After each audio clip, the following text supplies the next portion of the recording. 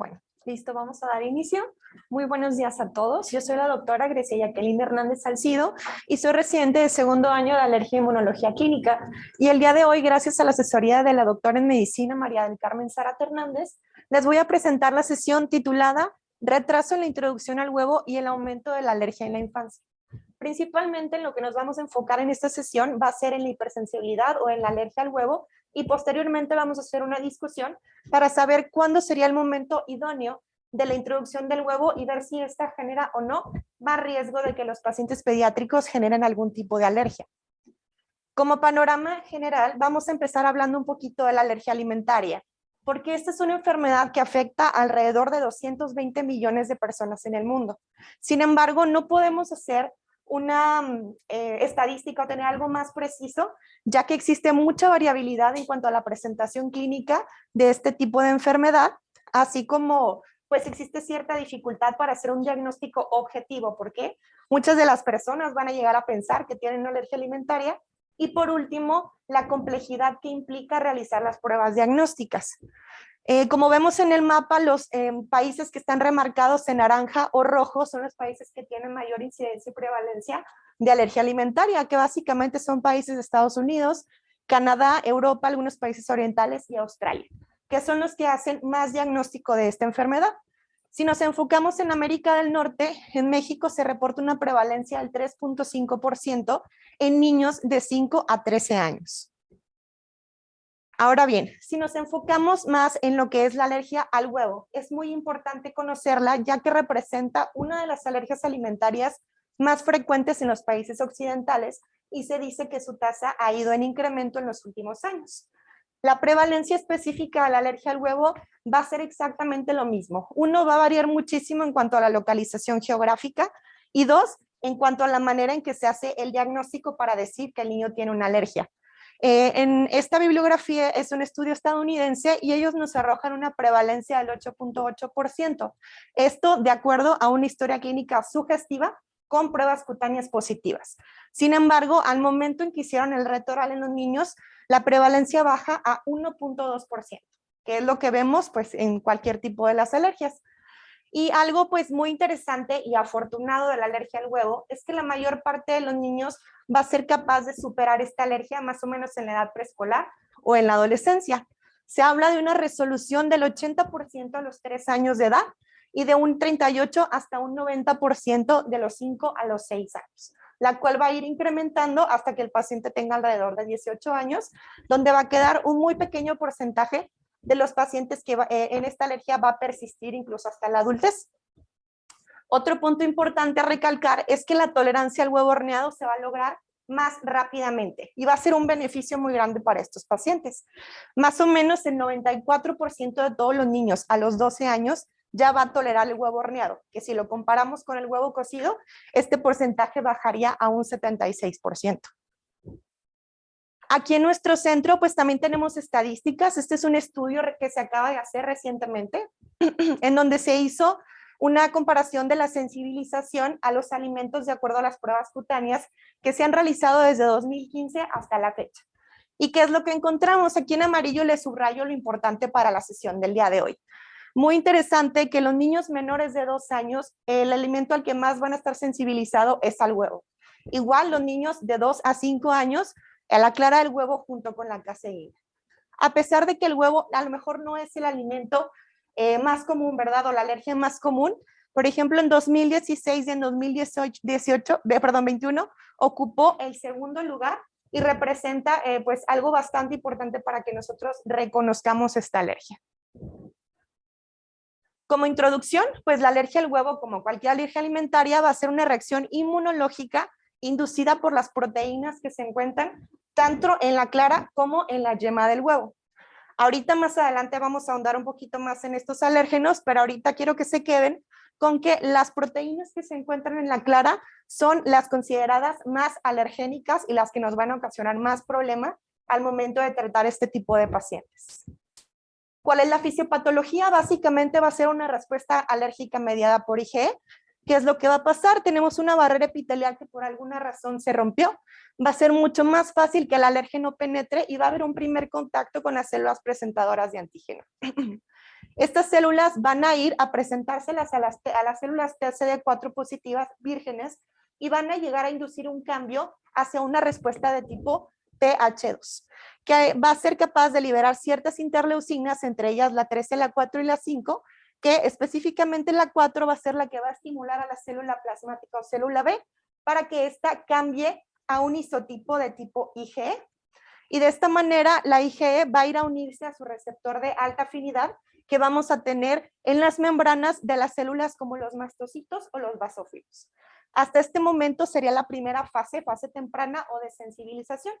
Pero ¿qué pasa cuando el niño o la persona vuelve a estar en contacto con este alérgeno? Inmediatamente va a ser capaz de unirse a la IgE y esta, al momento de hacer el entrecruzamiento con su receptor de alta afinidad, va a provocar que estas células liberen los mediadores preformados que van a ser los encargados de generar toda la sintomatología, pues que sabemos que es característica de las reacciones alérgicas. Ahora, ¿cuáles son los factores de riesgo para que un paciente tenga alergia al huevo? Como cualquier enfermedad alérgica, el antecedente heredofamiliar de atopia. Específicamente en este artículo nos habla que ellos no encontraron mucha relación cuando el antecedente es de asma o de rinitis por línea materna. El antecedente personal de eczema. Esto va a ser muy importante. Sabemos que existe una relación muy estrecha entre el eczema y el desarrollo de alergia al huevo. Y se habla de que puede diagnosticarse el eczema incluso 3 meses y medio antes de que aparezca el primer evento de la alergia al huevo, y que la gravedad del eczema se va a correlacionar con una mayor probabilidad de que el niño tenga una alergia al huevo. Y por último, la sensibilización. Como veíamos en la epidemiología, esta alergia va a afectar principalmente a los niños pequeños. Entonces, ¿cuál es el momento en que se van a sensibilizar? Probablemente va a ser por exposición al alérgeno in útero, y posterior al nacimiento puede ser a través de la leche materna, por aplicación tópica en la piel o por inhalación, que por lo general este tipo de vía de sensibilización inhalante se va a presentar mucho más en los adultos. ¿Qué nos habla o es importante aprender de aquí? Que cuando una sensibilización ocurre por vía tópica o a través de la piel, es mucho más probable que vaya a ocasionar una alergia alimentaria, pero si la exposición es por vía oral, muy probablemente va a inducir una tolerancia a este alérgeno alimentario. Nuevamente hablando de la relación que existe entre la dermatitis atópica y la alergia alimentaria. Sabemos que siempre existe esta relación, sin embargo, esta asociación es especialmente importante en los pacientes que tienen alergia al huevo, alergia a la leche de vaca y en algunos países que tienen alto consumo al cacahuate. Algunos datos estadísticos. Sabemos que pues, la dermatitis puede tener un mecanismo mixto, pero se ha visto que hasta el 42% de los niños eczematosos va a tener una alergia al huevo mediada por IgE, y que los niños o lactantes con eczema que tienen alergia al huevo tienen 5.8 veces más posibilidades de desarrollar esta alergia que un niño o un lactante que no tiene eczema. Y por último, el riesgo relativo de desarrollar anticuerpos IgE específicos contra el huevo de gallina va a ser de 14 meses. Otro factor de riesgo muy importante a considerar es que va a ser mucho más común que se presente en un niño del sexo masculino que tiene antecedente de eczema atópico de aparición temprana.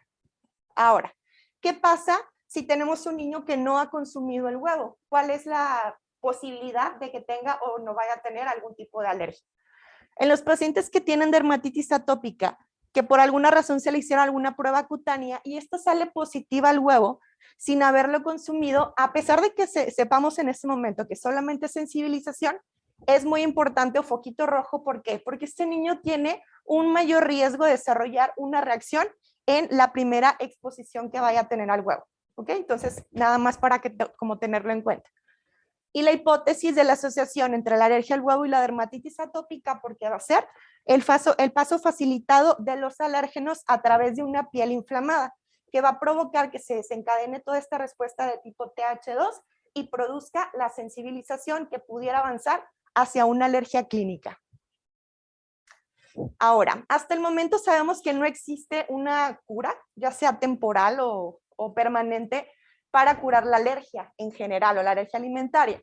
Y hasta el momento el enfoque de manejo existente que nosotros tenemos para la alergia al huevo básicamente es una evitación estricta.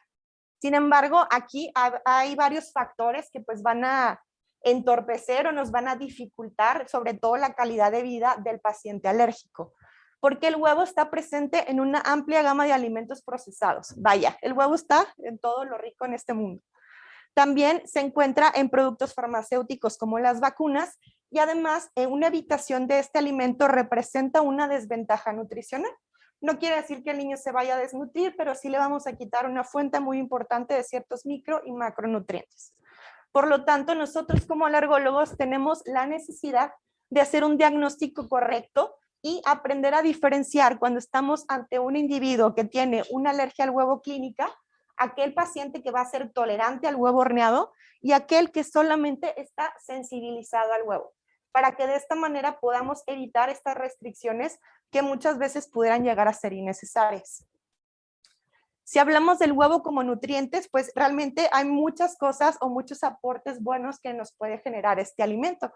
Básicamente va a estar constituido de agua en un 76%, alrededor de un 12% de proteínas y de un 9.5% de lípidos. Sin embargo, también tiene pequeñas cantidades de carbohidratos, de vitaminas y de minerales, específicamente la vitamina B y la vitamina D, que sería pues una deficiencia que le estaríamos generando a nuestro paciente que estamos haciendo una dieta de restricción o de evitación. A pesar de que la mayor parte de los nutrientes se van a encontrar en la yema del huevo, el 60% de las proteínas de alta calidad se van a encontrar en la clara. Como en la composición, 63% representa la clara del huevo, 27.5% la yema del huevo y 9.5% la cáscara de las membranas.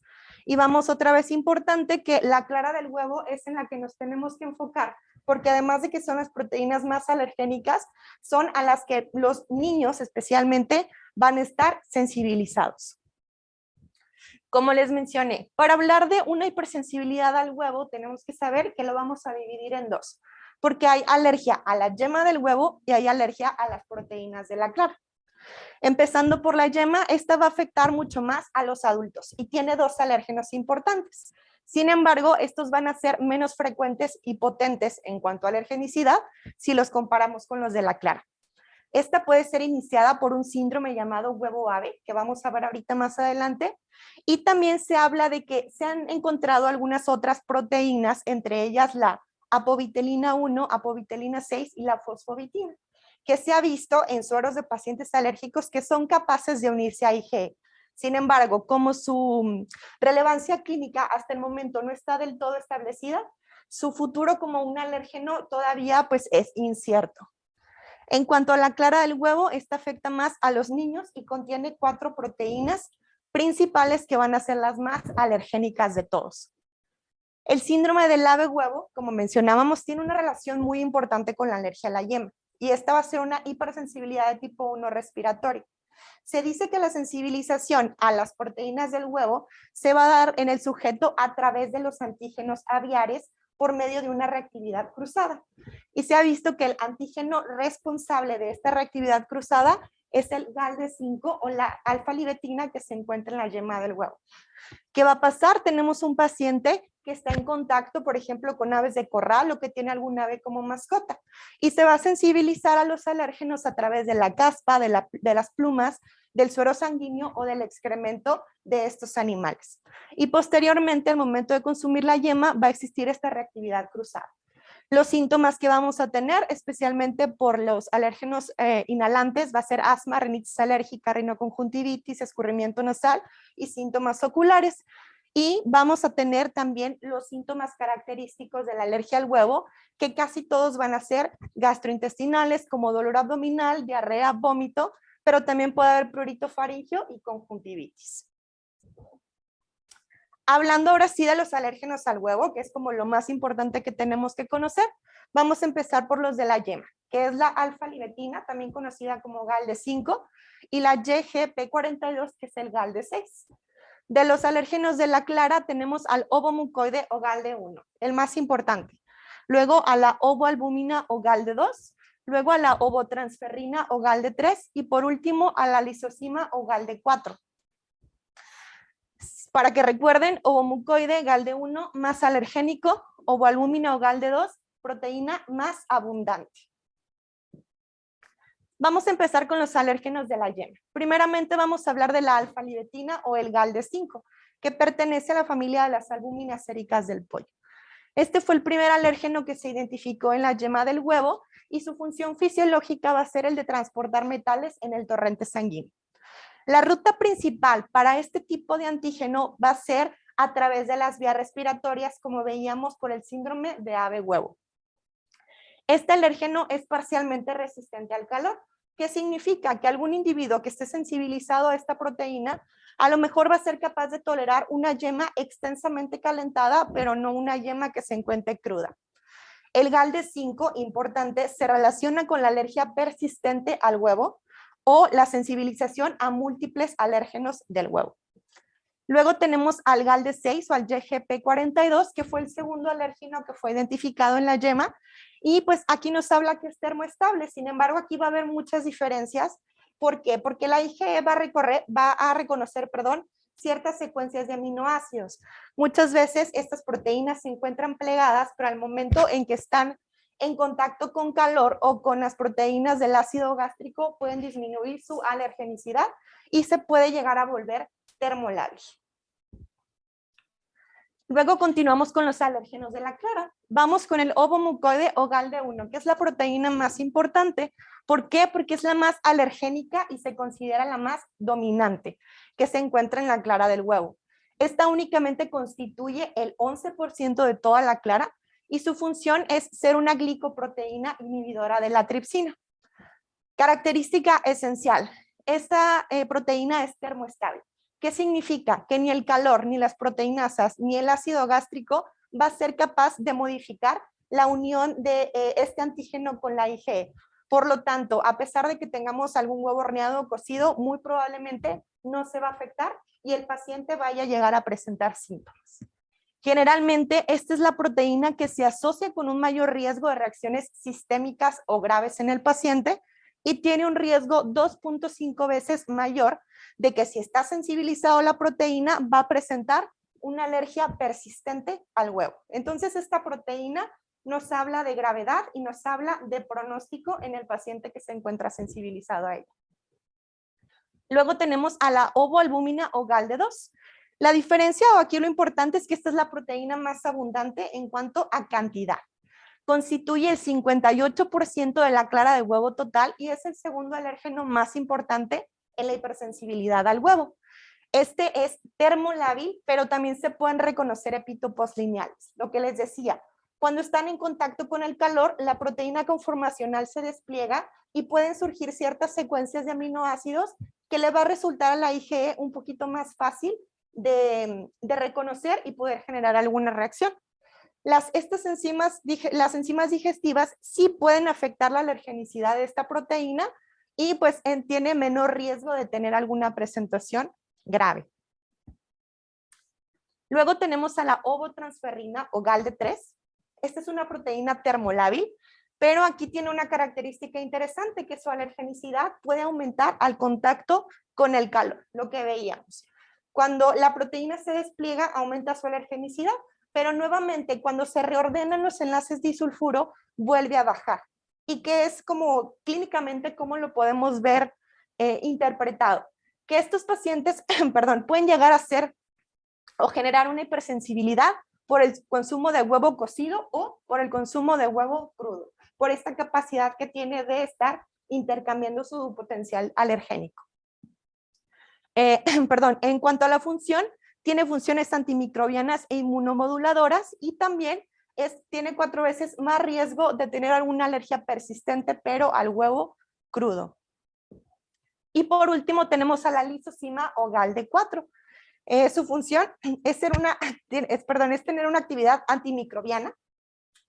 Y otra cosa importante, como tiene una capacidad de tener una actividad lítica sobre las paredes celulares de los microbios, se utiliza para muchos productos farmacéuticos y también en algunos productos alimenticios, como por ejemplo el queso. Y esto generaría problema para el niño que es alérgico al huevo, porque si está en contacto con algún queso que lo contenga o con algún producto farmacéutico, pudiera llegar a generar algún tipo de reacción. Pero afortunadamente esta proteína pues es mucho menos alergénica que las otras que hemos visto.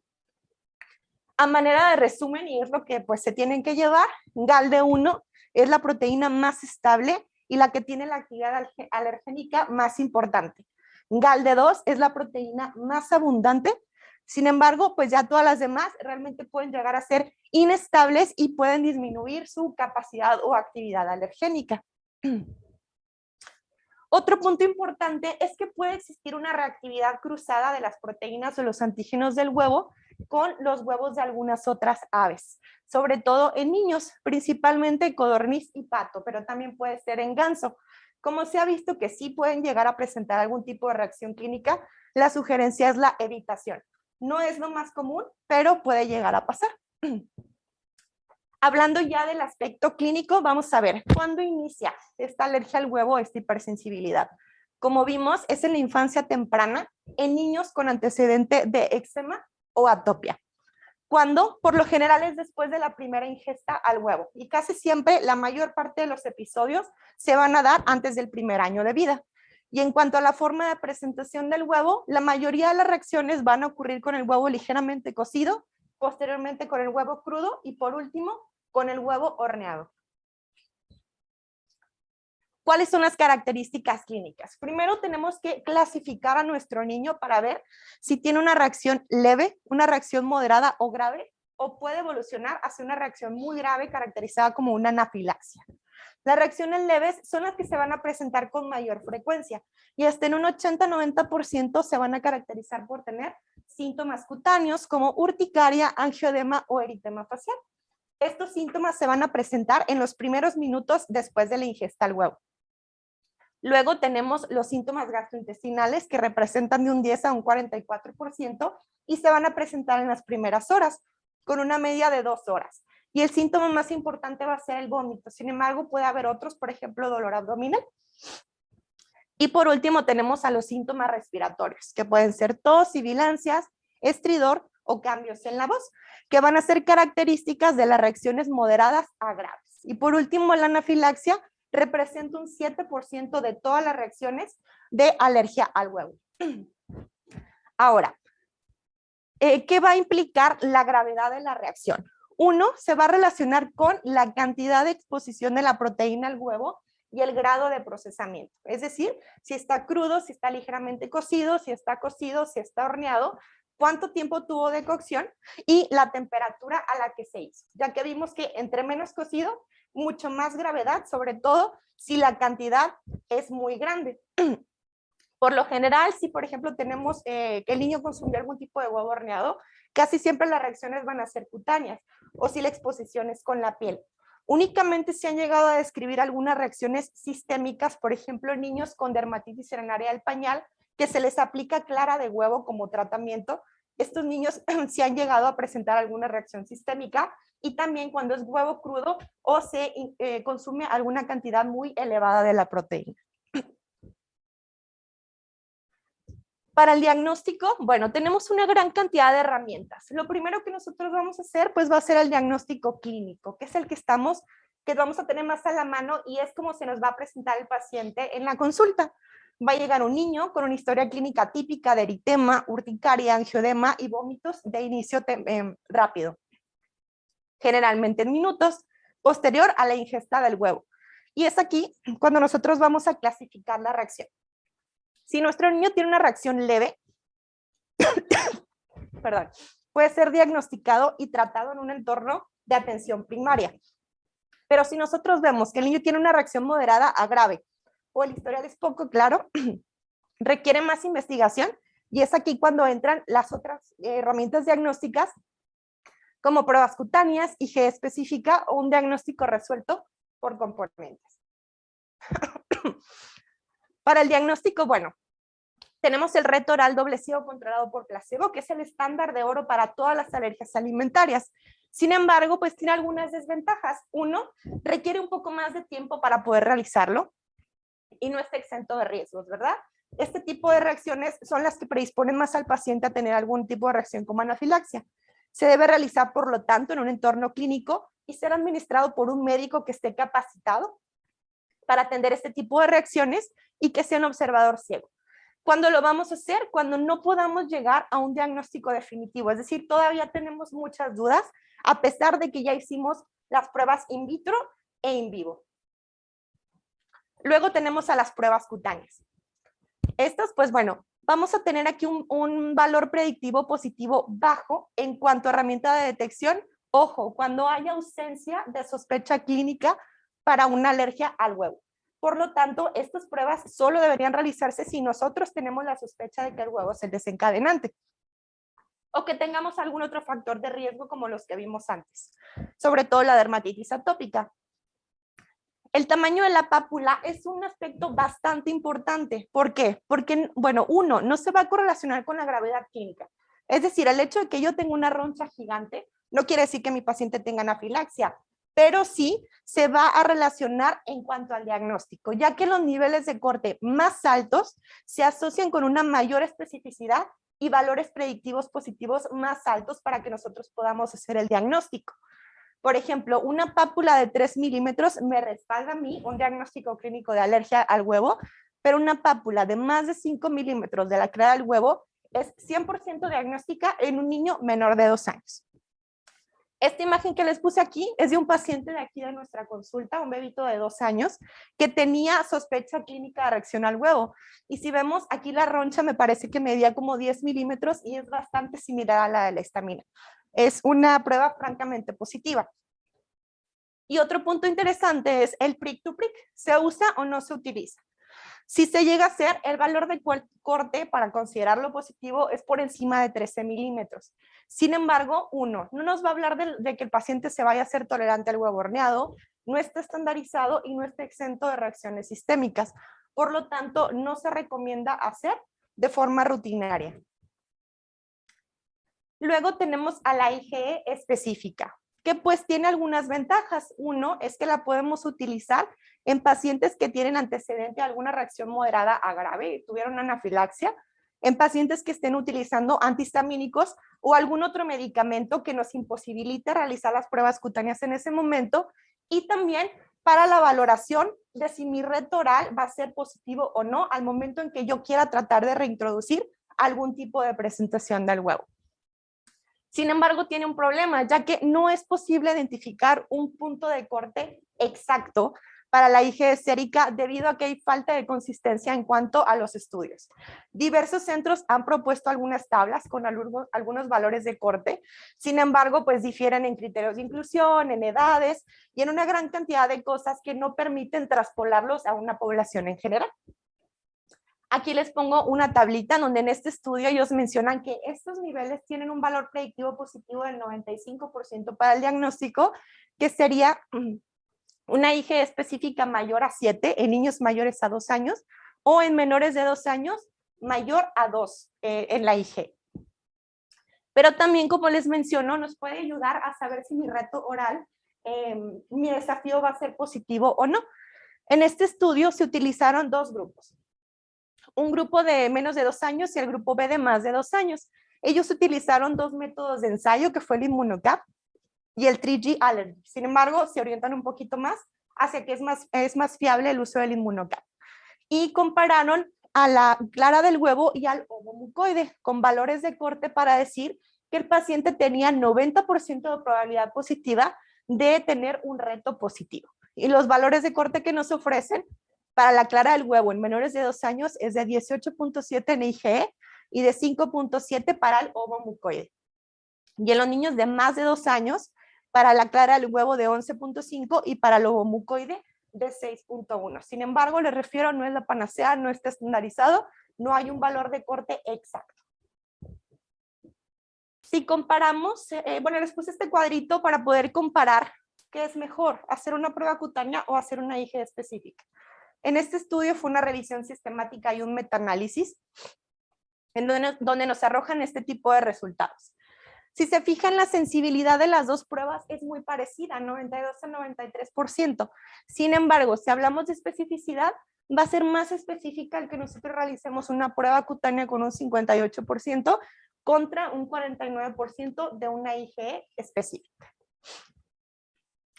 Ahora, tenemos otro tipo de herramientas, porque ya que no tenemos valores estandarizados a lo mejor para predecir si nuestro paciente va a tolerar o no el huevo, tenemos este otro tipo de diagnóstico, que es una herramienta diagnóstica bastante novedosa y tiene mayor especificidad en cuanto a las pruebas convencionales, que serían la IgE o las pruebas cutáneas. Además, nos va a ayudar a diferenciar la evolución de mi paciente para saber si esta alergia va a ser transitoria o si va a ser persistente, como en base a las proteínas que ya habíamos visto en un inicio. Si mi paciente está positivo a GALD1, se va a asociar con una alergia persistente al huevo y va a tener menor probabilidad de tolerancia tanto al huevo cocido como al huevo horneado o calentado. Y si está positivo al GALD2, se asocia con una alergia transitoria y hay mayor probabilidad de que mi paciente vaya a tolerar el huevo. Ahora, este es un estudio que que utilizaron este diagnóstico resuelto por componentes.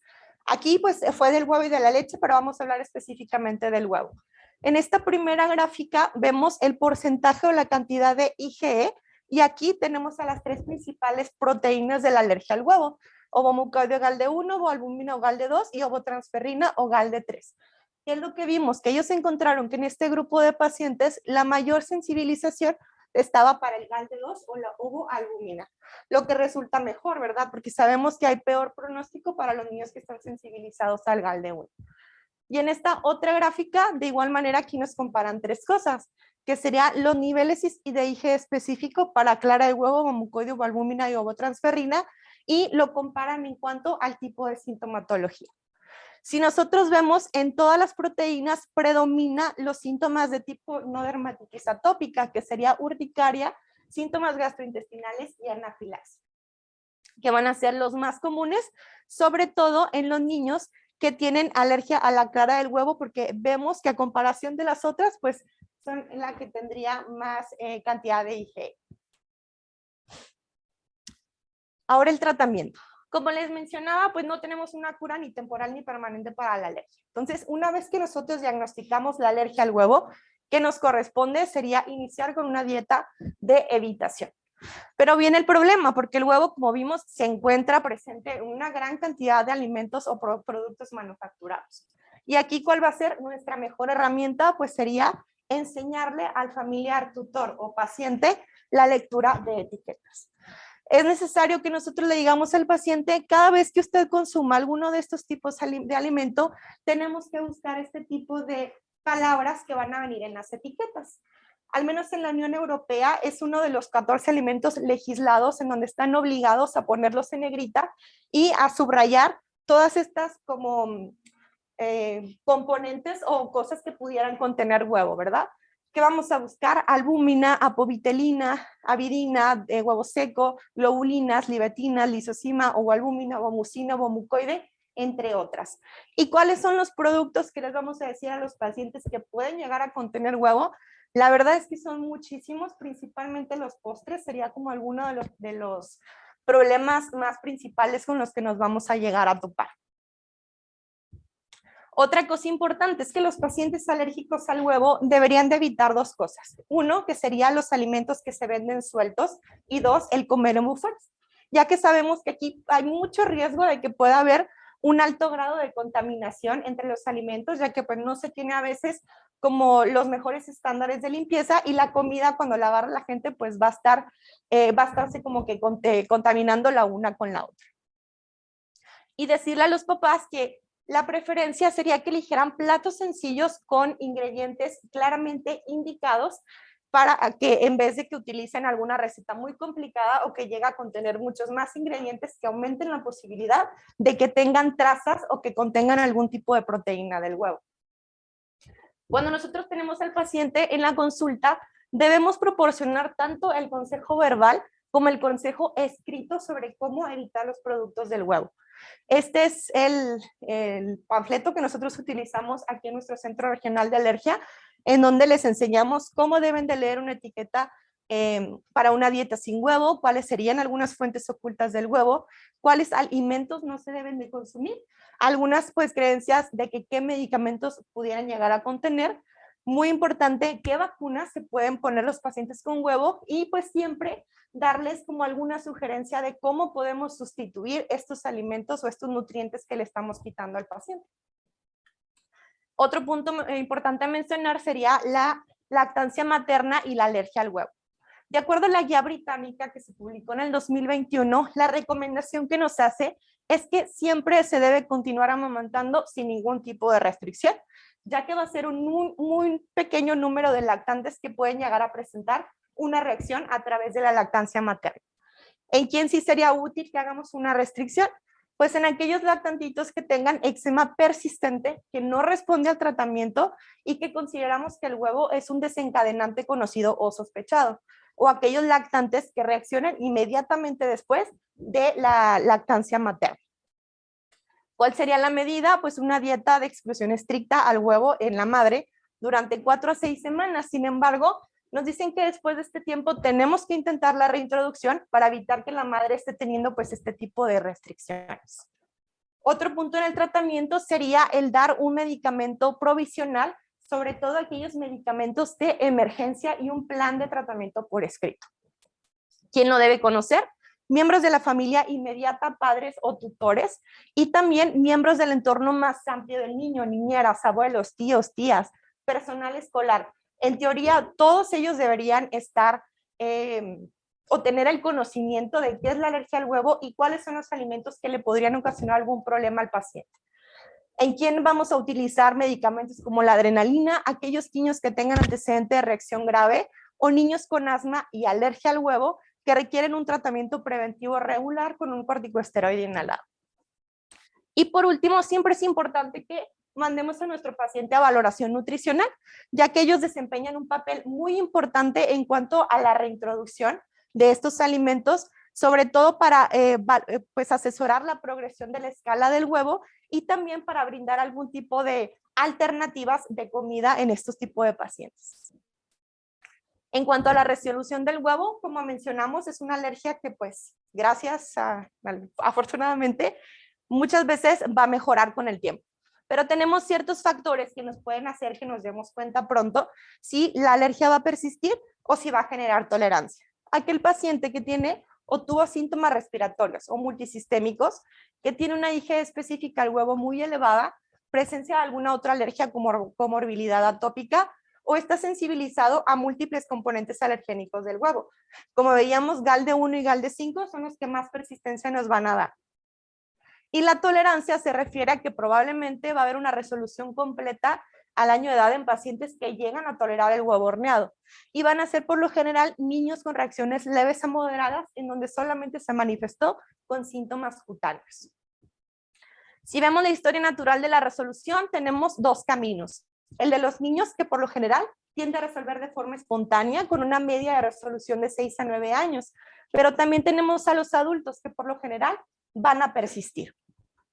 Aquí tenemos una gráfica en donde vemos la proporción clínica, de síntomas clínicos que tienen los pacientes y la edad en meses, y estamos comparando el huevo bien cocido u horneado y el huevo que no está cocido. Si empezamos a hablar del huevo cocido, alrededor de los 3 años, 1/3 de los pacientes va a superar o va a empezar a tolerar el consumo de huevo horneado. Y a los 6 años, 2/3 de los niños ya lo va a tolerar. Y otro punto importante es que el huevo cocido o horneado se va a superar o se va a tolerar el doble de rápido que un huevo que no está cocido. Ahora, ¿cómo vamos a hacer la reintroducción del huevo en la dieta? Existen diferentes planes o escaleras, esta que les pongo de igual manera es de la guía británica del 2021, y nos dice cómo tenemos que ir incrementando. Van a ser piezas muy pequeñas y siempre vamos a empezar utilizando el huevo horneado. Esa es la manera en que ellos nos sugieren que empecemos, porque casi siempre son con estos tipos de cupcakes, que tenemos un 16avo, al día siguiente damos un 1/8, al día siguiente damos un 1/4, un medio, hasta que el niño lo tolera por completo, antes de ir pasando al siguiente escalón. Y otra cosa importante sería con qué cantidad de huevo vamos a preparar esta comida, porque primero, por ejemplo, para hacer 8 cupcakes utilizaríamos un huevo. Para el siguiente paso serían 2 huevos para preparar estos mismos 8 cupcakes. Y vamos a ir incrementando hasta que tolera el huevo horneado, el huevo cocido, huevo ligeramente cocido, hasta que podamos dar el huevo crudo, que por lo general se va a encontrar en mayonesas, en aderezos o en las mezclas que utilizamos para hacer pasteles. Ahí. Y aquí, pues, ¿cuál sería el beneficio? Mejora la calidad de vida de los niños y de los familiares, mejora el desarrollo natural de la tolerancia y nos va a eliminar restricciones innecesarias. La resolución, como les menciono, se va a dar en etapas y comenzando por la tolerancia al huevo bien cocido o huevo horneado, luego ligeramente cocido y por último el huevo crudo. Y les pongo algunos de los ejemplos de cuáles serían los alimentos de acuerdo a la presentación en que se va a preparar el huevo. La reintroducción, no hay un momento específico en que podamos decir al año de edad el niño ya se puede reintroducir. Realmente se tiene que individualizar el tratamiento que le vamos a dar al paciente. Lo que sí es muy importante recordar es que nunca debemos intentar la reintroducción dentro de los 6 meses posteriores a que el paciente tuvo una reacción grave. Ahora, la reintroducción la podemos hacer en casa o la podemos hacer en un medio hospitalario. Aquellos niños que tuvieron reacciones leves, que no tienen asma, se puede realizar con confianza o seguridad la reintroducción del huevo horneado en la dieta a partir de los 12 meses de vida. Pero en niños que tuvimos reacciones graves, la reintroducción tiene que ser en un hospital, como niños con anafilaxia, que tengan enfermedades multisistémicas, que tengan asma mal controlada, esos pues siempre se van a tener que realizar en un hospital. Si tenemos este tipo de niños con alergias graves, que tengan retraso en el crecimiento o que tengan una alergia que persiste más allá de lo esperado, es decir, más de 6-7 años, tenemos que darles un seguimiento periódico para estar constantemente intentando reintroducir el huevo horneado para evitar este tipo de restricciones. Si el niño no mejora, buscar siempre exposiciones accidentales. Incluso se pueden repetir pruebas cutáneas o IgE específica para ver si bajó el tamaño o la cantidad de la IgE. Como tratamiento, pues también tenemos el uso de la inmunoterapia oral, que es como que lo que nos han hablado recientemente en los congresos, ¿verdad? En qué consiste la administración de pequeñas dosis crecientes de alimento alergénico, que el objetivo principal va a ser el permitir consumir pequeñas o medianas cantidades del alérgeno sin tener reacciones. Básicamente, esto es para niños que han tenido anafilaxia y el propósito es que lleguen a tolerar trazas o si tienen alguna ingesta accidental, no vayan a desarrollar una reacción tan grave. Está aprobada en niños de más de 5 años con alergia al huevo demostrada. Digo, hay para leche y cacahuate, pero ahorita vamos a hablar específicamente del huevo. En cuanto a eficacia y efectividad, vamos a tener algunos pros y algunos contras.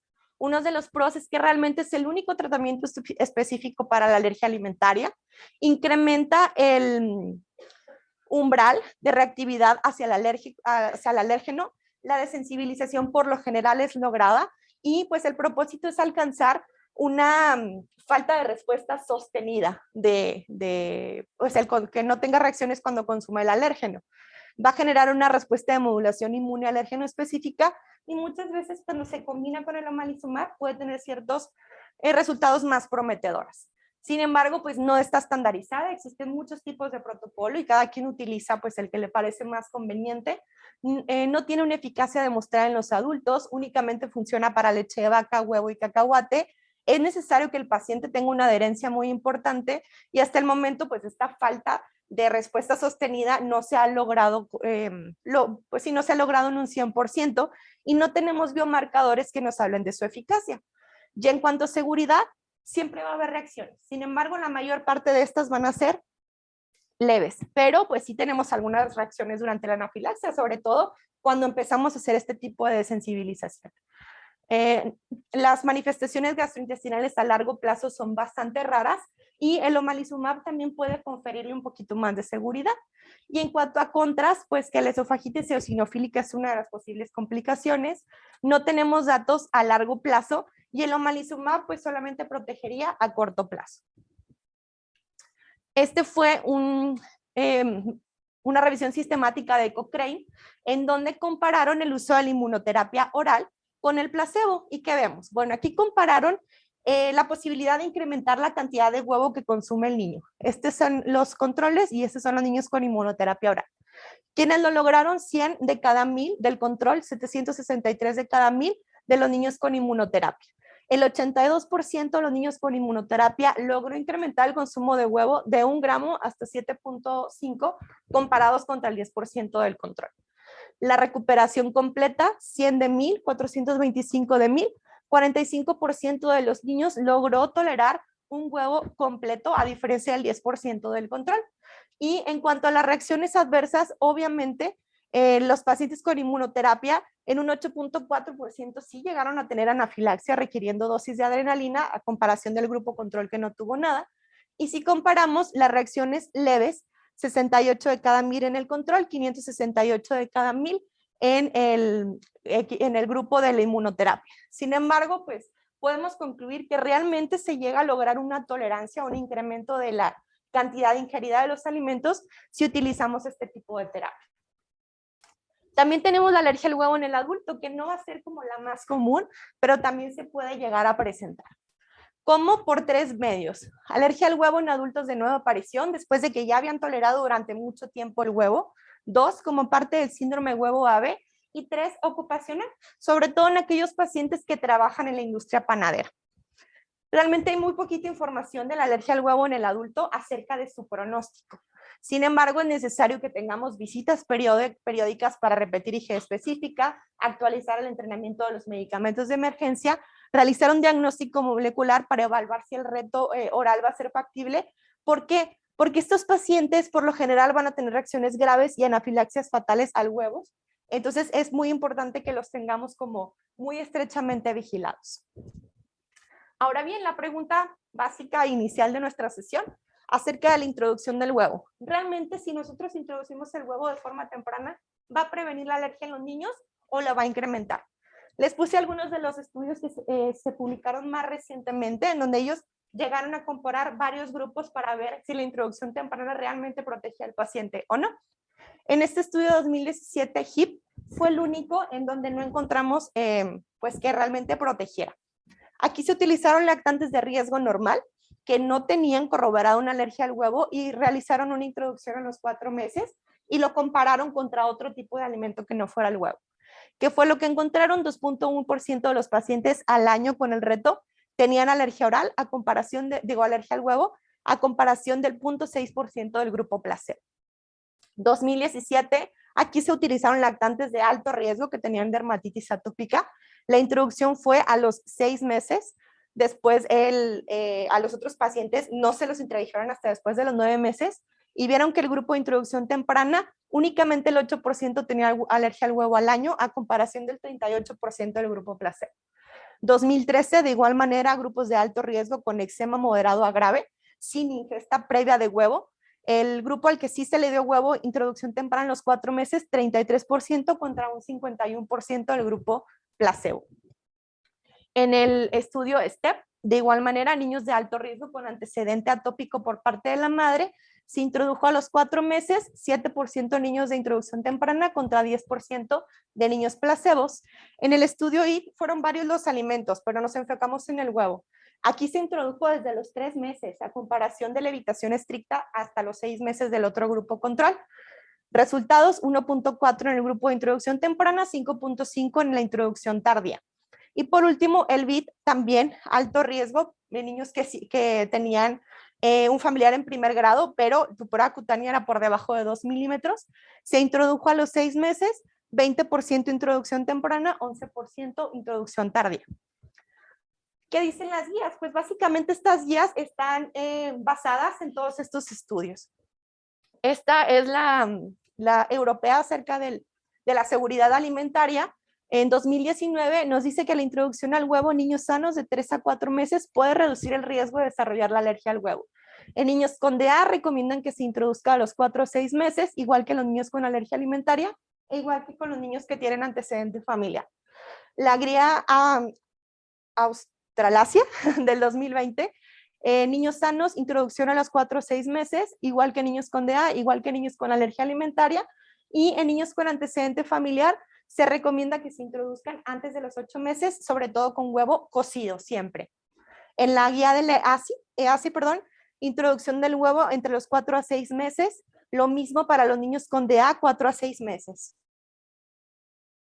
En la guía americana y canadiense, lo mismo. Debe introducirse alrededor de los 6 meses, pero nos hacen énfasis que nunca antes de los 4 meses, lo mismo para el resto de los niños. En la guía británica, ellos recomiendan para los niños sanos lactancia exclusiva durante 6 meses, pero para los niños que sí tienen factor de riesgo, recomiendan introducción a los 4 meses. Y en la alemana, también nos refieren que el huevo debe introducirse al destete entre los 4 a los 6 meses. Entonces, hay bastante evidencia de que la introducción temprana al huevo sí puede mejorar el pronóstico para que no vayan a desarrollar una alergia los niños que tienen algún antecedente o factor de riesgo. Todos estos estudios que se adaptaron a las guías identifican la oportunidad de no retrasar la introducción del huevo de gallina al momento del destete. Debe evitarse la introducción de huevo antes del 4.º mes. Al observar en conjunto, una introducción tardía no tiene ningún beneficio preventivo y puede influir negativamente tanto en el crecimiento y en el bienestar psicológico tanto de los niños como de sus familiares. Otras condiciones que se asocian a la alergia al huevo principalmente va a ser la alergia al cacahuate. En este estudio compararon la alergia al huevo junto con otras alergias y vieron que el mayor porcentaje se daba con el cacahuate y la leche, siendo un poquito más significativa la del cacahuate. ¿Cuál sería la recomendación? Que introduzcamos dosis altas o regulares de maní antes de los 11 meses en pacientes con alergia al huevo para de esta manera poder reducir la incidencia de alergia al cacahuate antes de los 5 años de edad. Y ya para terminar, vamos a hablar nada más pues de las vacunas. Lo importante que ustedes sepan es que la mayoría de los adultos y niños con alergia al huevo sí se puede vacunar de forma segura en la atención primaria. Tenemos 3 vacunas que serían como las más controversiales: influenza contra fiebre amarilla y la gripe viral para sarampión, rubiola y parotiditis. Empezamos por esta que antes se creía que los niños no se debían de vacunar porque contenían proteínas de huevo. Sin embargo, no contiene alérgenos de huevo en cantidades clínicamente relevantes, ya que estas se cultivan en células de fibroblastos de embrión de pollo y no de huevos de gallina. Por lo tanto, realmente se podría aplicar sin ningún tipo de problema. Luego vamos con la influenza. Teníamos 2 tipos de vacuna de la influenza en el que sí se utilizan proteínas de huevo de gallina, especialmente la ovoalbúmina. Sin embargo, se encuentran en cantidades muy pequeñas. Y actualmente se siguen fabricando, pero nos mencionan que es 1 microgramo de ovoalbúmina por cada dosis. Entonces, es muy poco probable que vayan a desarrollar alguna reacción alérgica. Sin embargo, ahora se están realizando, fabricando 2 vacunas que son recombinantes, que sería la Flublok, que está aprobada en mayores de 18 años, y la Flucelvax en mayores de 6 meses, que en realidad no están preparadas con nada que tenga que ver con huevos o gallinas, sino que utilizan otras líneas celulares de otros mamíferos. ¿Cuáles serían las consideraciones especiales? Pacientes que hayan experimentado una anafilaxia al huevo potencialmente mortal, que haya requerido cuidados en la terapia intensiva. Sin embargo, si se utilizan las otras dosis, no tenemos que hacer dilución, ni división de la dosis, ni procesos de desensibilización, ni tampoco hacer un abordaje antes de que el paciente se la vaya a aplicar. Luego tenemos a la fiebre amarilla, que esta solamente se utiliza cuando los pacientes van a viajar a algún país que es endémico de esta enfermedad, que se recomienda 2 meses antes. Se pueden realizar pruebas cutáneas e intradérmicas y si el tiempo ya no alcanza, existen esquemas de desensibilización para poder que se puedan aplicar este tipo de vacuna. De acuerdo a la CDC, la incidencia de anafilaxia para la influenza es de 1.3 por cada millón de dosis. Este es otro artículo publicado en 2022 acerca de la anafilaxia por vacunas, y aquí nos dan una tasa de 7 por cada 3.300.000 dosis de la vacuna, que sería esta, la 11B, o de 0 en 232.406 de la otra variedad de la influenza, donde les digo que ya han disminuido la cantidad de ovoalbúmina que está presente. Como conclusiones, el huevo es un alimento fundamental para el desarrollo en el niño y es algo que tenemos que pensar antes de hacer una dieta de evitación estricta. La alergia al huevo implica esta dieta de evitación, así que debe ser diagnosticada de forma cuidadosa para evitar generalizaciones. Es necesario comprobar periódicamente si los niños toleran o superan esta alergia, sobre todo para introducción de huevo horneado. Y por último, si no logramos realizar una tolerancia al huevo, siempre existiría la posibilidad de proporcionarles una inmunoterapia oral.